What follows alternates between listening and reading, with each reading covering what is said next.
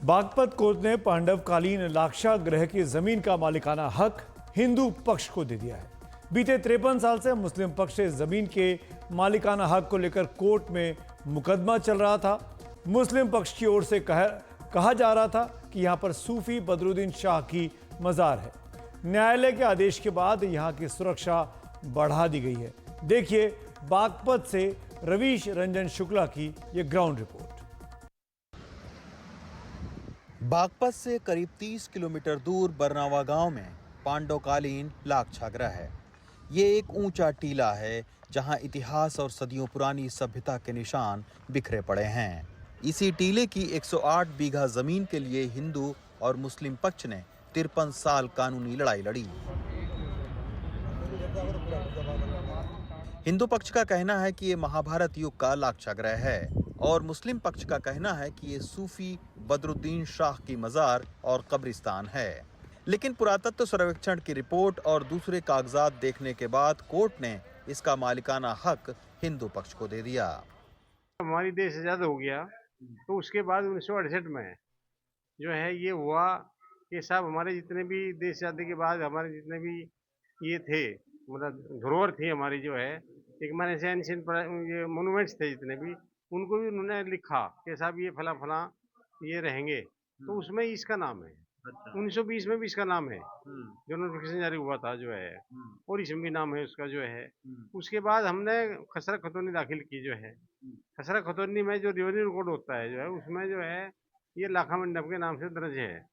कुछ वन विभाग में दर्ज था, कुछ जमीन वन विभाग की थी।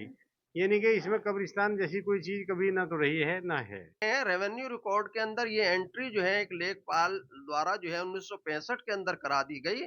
उस परिस्थिति में भी रेवेन्यू रिकॉर्ड के अंदर केवल 6 बीघे 7 बीसे 8 विश्वांसी जो लैंड है वो वर्तमान के अंदर जो है लाक्षागृह के अंदर दर्ज है, और 30 बीघे प्रॉपर्टी जो है वो लाक्षागृह की नहीं। फिर अभी आप क्या अब हमारे पास जो है हमने बहुत स्ट्रॉन्ग एविडेंस हमारी फाइल के अंदर मौजूद है और हम उसके बेसिस पे जो है अपील फाइल करेंगे, और उम्मीद यह है कि हमारे पास सब जो है पॉजिटिव एविडेंस है, और उम्मीद यह है कि हमारी कामयाबी के बहुत चांस। दरअसल महाभारत में आता है कि वर्णावृत गांव में पांडवों को मारने के लिए लाख का महल कौरवों ने तैयार किया था। किंवदंतियों के मुताबिक बरनावा गांव में ये जो ढांचा है वही लाक्षागृह है।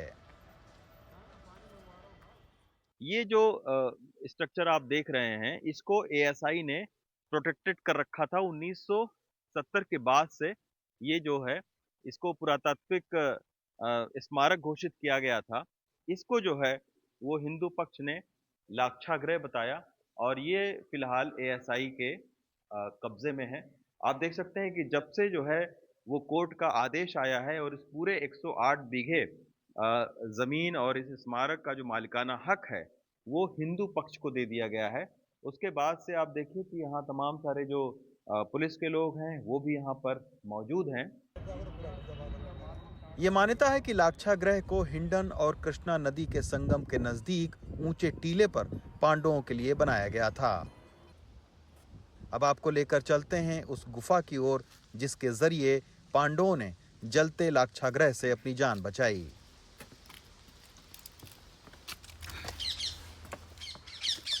लाक्षागृह से करीब 150 मीटर दूर जब टीले से हिंडन नदी की ओर उतरते हैं तो ये दो गुफाएं मिली।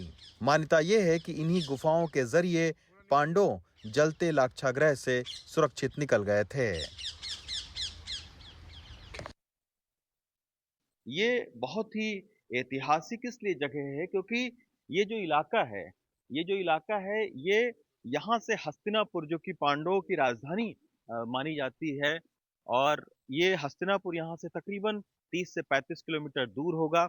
इसको बताया जा रहा है ये जिस जगह पर है, ये जिस गांव में है, उस वक्त ही कहा गया कि लाक्षागृह वर्णावत एक गांव है वहां पर बनाया गया था। भारतीय पुरातत्व सर्वेक्षण विभाग की ओर से यहाँ 2 बार खुदाई हो चुकी है जिसमें ऐतिहासिक महत्व की कई चीजें मिली हैं। बागपत से सुशील राठी और विपिन सोलंकी के साथ रवीश रंजन शुक्ला, एनडीटीवी इंडिया।